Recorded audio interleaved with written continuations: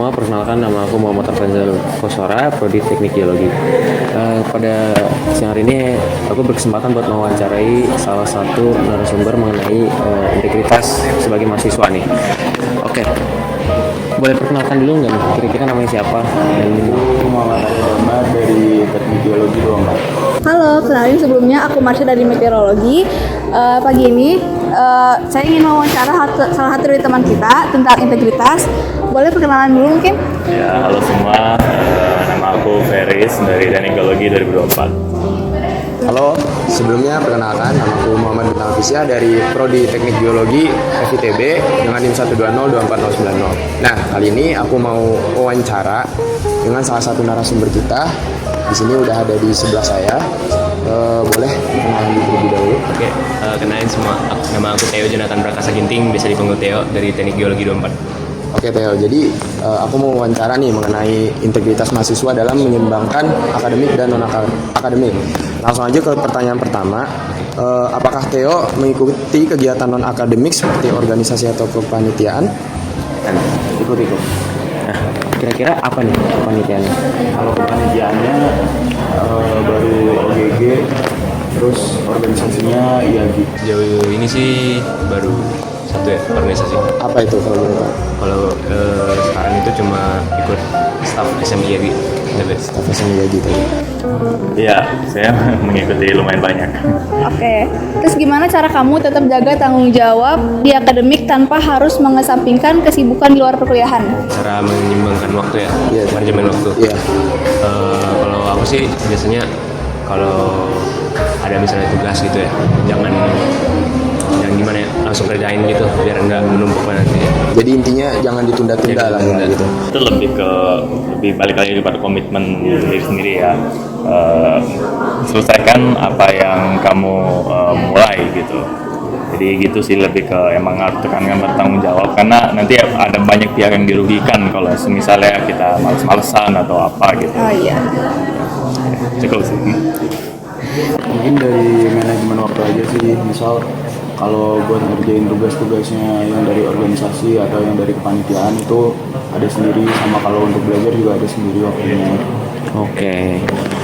Yang ketiga, pernah nggak kamu merasa sibuk banget dengan aktivitas kampus sampai tergoda mencari jalan pintas dalam akademik?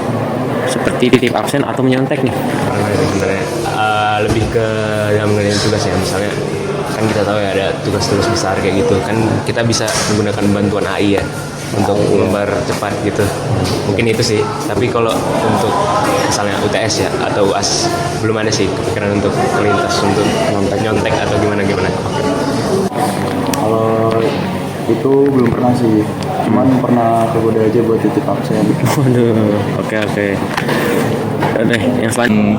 Enggak sih, karena aku udah lumayan bagi-bagi waktu ini untuk hal ini, waktu itu, hal itu gitu. Jadi mungkin beban akademik ya lumayan, tapi kalau dengan planning yang sesuai dan komitmen yang sesuai juga itu bisa dibilang manageable lah gitu.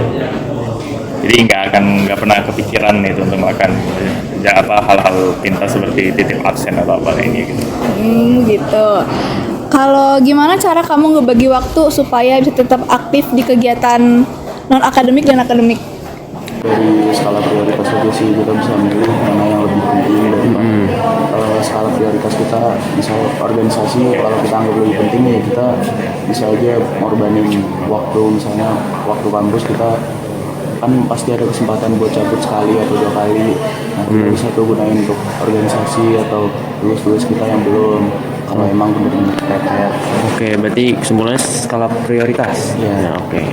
Caranya itu yang paling jelas ya bagi waktunya, atau ada yang namanya time boxing gitu. Jadi misalnya dari jam 7 sampai jam 8 malam itu mungkin waktu buat belajar atau waktu buat mengerjakan tugas-tugas organisasi luar atau apa gitu. Jadi lebih ke skala prioritas aja gitu, dan pokoknya segalanya itu harus diselesaikan sebelum tenggat waktunya gitu.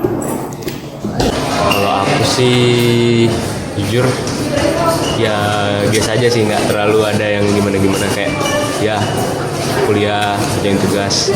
Tapi tips menurut aku sih ya itu tadi, jangan menunda kalau bisa belajarnya juga jangan sistem kebut semalam lah, biar nggak ada rasa-rasa ingin nyontek itu tadi, karena kita ada mempersiapkan diri sebelumnya. Terakhir nih, ada nggak sih saran dari Theo buat mahasiswa baru nih, terutama yang pengen aktif di kegiatan kampus tapi tetap mau jaga nilai akademik dan juga kejujuran?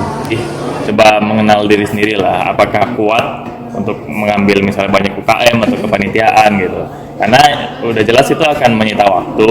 Nah tapi itu nggak apa ya namanya ya, bisa semuanya itu bisa dilakukan ya kalau dengan time management yang bagus dan komitmen yang sesuai gitu. Jadi ya lebih ke time managementnya aja tuh ditingkatkan, sama juga mengenal diri sendiri apakah kuat mengambil beban sebanyak itu gitu. Udah sih cukup dari aku. Jadi itu baik lagi ke kitanya, gimana kita ngatur skala prioritas gitu ya. Mungkin harus benar-benar pinter manajemen waktu sendiri, atur waktunya sih. Kalau dia ingin dapat nilai bagus nih tapi tetap aktif ya. Kalau Dan tetap jujur juga ya, integritas. Oke. Kalau menurut aku sih ya itu tadi, tahu batas diri lah, jangan kayak ngambil terlalu banyak misalnya aktivitas atau unit gitu, tapi karena dia terlalu sibuk itu dan dia juga plus dia ingin menjaga nilai akademik, kan pasti dia sendiri chaos ya. Kasian juga, jadi ya tahu batas diri lah. Dan juga itu tadi yang paling penting kan bukan nilai kita tapi proses kita untuk belajar gitu dalam kita mengimplementasikan integritas ini. Jadi jangan memaksakan diri ya, bukan yang penting nilainya tapi Proses kita belajar. Oke, makasih banyak nih Theo atas jawaban-jawabannya, udah keren banget. Semoga bisa membantu dan bermanfaat lah buat kita semua. Oke, sekian, terima kasih. Oke, itu aja. Oke, terima kasih Arya buat kesempatan wawancaranya. Oke, sekian dari kami, terima kasih.